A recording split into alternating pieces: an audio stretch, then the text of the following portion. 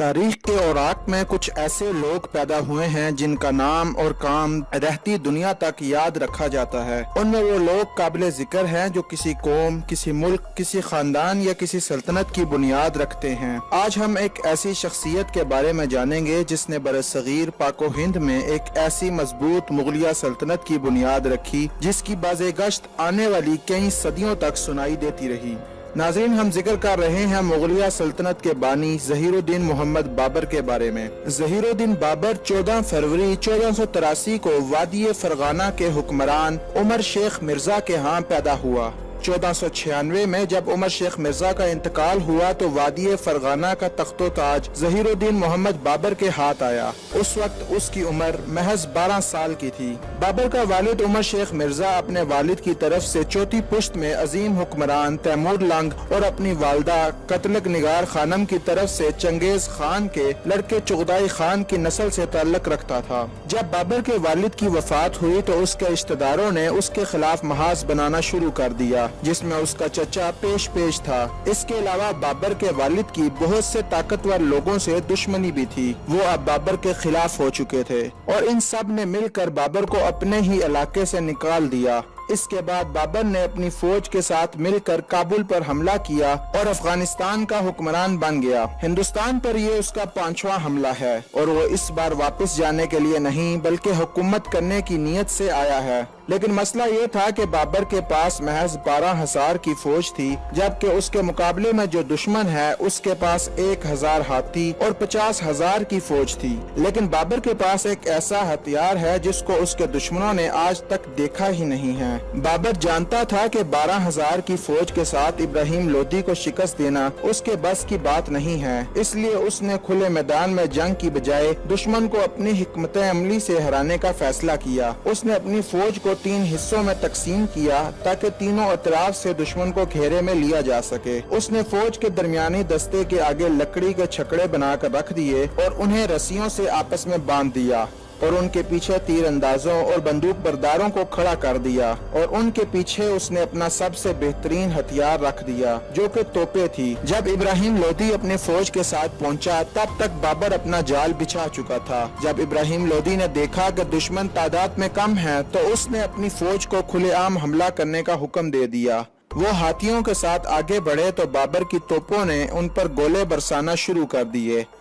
तोपों की गन गरज से हाथी खौफजदा होकर उल्टे पैरों भागने लगे और उन्होंने अपने ही हजारों फौजियों को कुचल डाला। और इसी दौरान बाबर ने अपने घुड़सवार दस्तों के साथ पूरी ताकत से दुश्मन पर हमला किया। ये हमला इतना जबरदस्त था कि लोदी फौज में भगदड़ मच गई। जब इब्राहिम लोदी ने बाजी हाथ से निकलते हुए देखी तो वो अपने खास दस्ते के साथ आगे बढ़ा ताकि दुश्मन को रोक सके, मगर वो भी बाबर का हमला न रोक सका और मारा गया।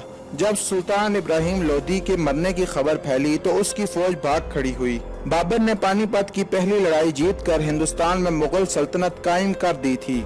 बाबर जीत चुका था और उसने शुक्राने के तौर पर पानीपत में एक बाग लगाया जिसे काबली बाग कहते थे और इसमें एक शानदार मस्जिद कायम की जिसे बाबरी मस्जिद कहा जाता है। इब्राहिम लोदी को भी बाबर ने पानीपत में ही दफन किया और इसकी कब्र आज भी मौजूद है। फिर बाबर माले गनीमत समेट कर शानो शौकत के साथ दिल्ली पहुंचा। वहां बाबर के नाम का खुतबा पढ़ा गया और फिर वो आगरा पहुंचा और वहां उसका बेटा हुमायूं पहले से ही मौजूद था। बाबर के रास्ते की सारी मुश्किलात दूर हो चुकी थी, मगर अब सिर्फ एक छोटा सा मसला रह गया था। वो ये कि बाबर ने शहर पर तो कब्जा कर लिया था, मगर आगरा का किला और शाही खजाना अभी तक लोदी खानदान के कब्जे में था। इब्राहिम लोदी की वालदा भी किले में मौजूद थी और अपने खानदान को लीड कर रही थी। उसने बाबर से मुज़ाकरात किए और किले और खजाने के इवज उसने अपने खानदान की मुकम्मल सलामती की जमानत हासिल की। इसके साथ उसने 7 लाख रुपए नकद और आगरा के बाहर 1 मील दूर अपनी रिहाइश के लिए एक महल और अपने तमाम उमरा के लिए जागीरें भी मांगी।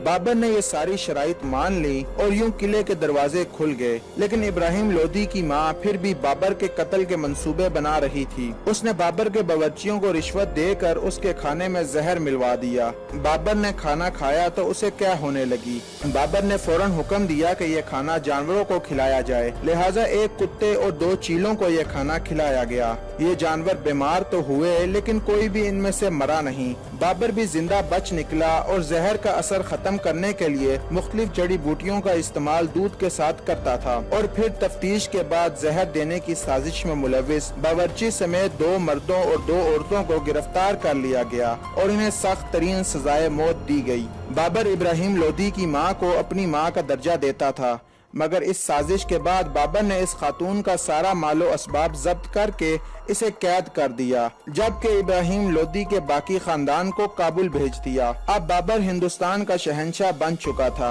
मगर हुक्मरानी के तख्त को बरकरार रखना एक बहुत मुश्किल काम है और इसीलिए बाबर को अपनी हुक्मरानी कायम करने के लिए मजीद खून बहाना पड़ा। हुआ यूं कि राजपूतों के इलाके मेवाड़ का राणा सांगा, जिसने बाबर को हिंदुस्तान पर हमला करने की दावत दी थी, अब बाबर की हुकूमत तस्लीम नहीं कर रहा था।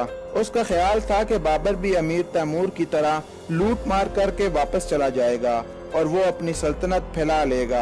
उसने बाबर से इब्राहिम लोदी के खिलाफ जंग में उसकी हमायत का भी यकीन दिलाया था और वहाँ भी वो मुकर गया, इसलिए बाबर उसको बदअहद समझता था। राणा सांगा ने जब देखा कि बाबर ने हिंदुस्तान में रहने का ही फैसला कर लिया है, तो राणा सांगा ने इर्द गिर्द के राजपूत राजाओं को जमा करके एक बड़ा लश्कर तैयार किया। हत्ता के लोधी खानदान के कहीं पुराने वफादार भी राजपूतों के साथ मिल गए। जब बाबर को पता चला तो उसने नई जदीद तोपों को तैयार करने का हुक्म दिया और बाबर 50 नई तोपों और एक बड़ा लश्कर लेकर राजपूतों से मुकाबले के लिए निकला। ये लड़ाई राजस्थान के इलाके खानवा में हुई। यहाँ भी बाबर ने पानीपत के जंग वाली तरकीब इस्तेमाल की। चुनाचा जंग शुरू हुई तो बाबर ने फिर दुश्मनों पर तोप के गोले बरसा दिए और राणा सांगा के कुछ इत्तेहादी भी बाबर के साथ मिल गए और उसने ये जंग भी बहुत आसानी से जीत ली। राणा सांगा भी जख्मी होकर वापस मेवाड़ की तरफ भाग निकला। वो हार तो गया था, मगर फिर भी दुश्मनी की आग उसके दिल में जल रही थी। मगर जंग के 1 साल बाद उसकी अचानक मौत हो गई। अब बाबर के रास्ते का एक बड़ा कांटा उसके रास्ते से हट चुका था और वो बेफिक्र होकर हिंदुस्तान पर हुक्मरानी करने लगा। लेकिन महज 2 साल बाद 1530 में 47 बरस की उम्र में जहीरुद्दीन बाबर की भी मौत हो गई। उसकी मौत से एक वाकया भी मंसूब है। कहा जाता है कि उसका वली अहद और बेटा हुमायूं शदीद बीमार हो गया था। बाबर परेशानी की आलम में हर वक्त उसके बिस्तर के इर्द गिर्द चक्कर काटता रहता और दुआ करता कि ऐ अल्लाह, मेरी जिंदगी के बदले मेरी बेटे की जिंदगी बख्श दे। यूं हुमायूं तो सेहतयाब हो गया, लेकिन बाबर बीमार हो गया और इसी बीमारी में वफात पा गया और उसकी वसीयत के मुताबिक उसे काबुल ले जाकर दफन किया गया और उसका मकबरा भी वहीं मौजूद है। नाज़रीन, वीडियो पसंद आने की सूरत में चैनल को सब्सक्राइब करके साथ मौजूद बेल आइकन को जरूर दबा दें ताकि आपको इस तरह की मजीद वीडियोस मिलती रहें।